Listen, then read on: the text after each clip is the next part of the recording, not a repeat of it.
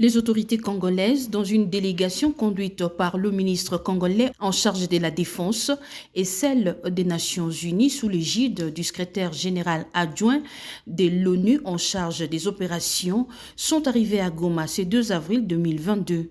Ils ont par la suite rendu des hommages aux 8 casques bleus des Nations Unies qui ont péri dans l'hélicoptère de la MONUSCO abattu dans la zone de Tianzou le 28 mars dernier. Plusieurs allocutions après une prière œcuménique pour le repos de leurs âmes.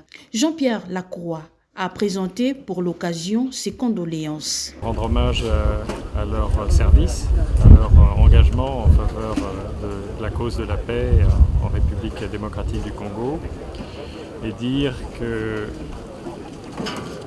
leur sacrifice nous inspirera pour faire davantage, pour redoubler d'efforts collectivement au service de la paix au Congo et en partenariat bien sûr avec les autorités et le peuple congolais. Je crois qu'il est aussi important de souligner qu'il faut que la lumière soit faite sur les circonstances de cette tragédie et que les responsabilités soient établies. Le ministre congolais de la Défense, Gilbert Kabanda, a dit que ces morts qui rallongent la liste sont une motivation pour les soldats congolais à rechercher la paix durable.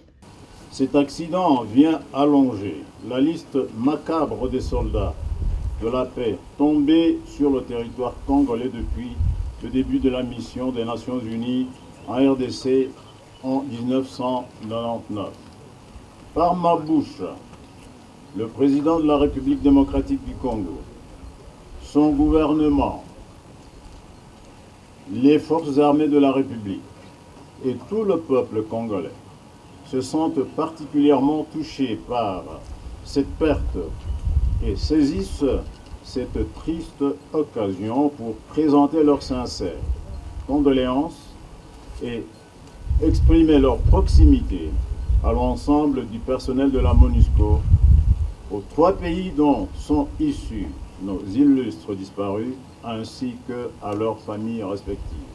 6 Pakistanais, un Russe et un Serbe ont reçu les hommages dignes. Les dépôts de gerbes de fleurs, mais également les dépôts de bougies et la réception des médailles, sans oublier la signature des autorités dans les livres de condoléances.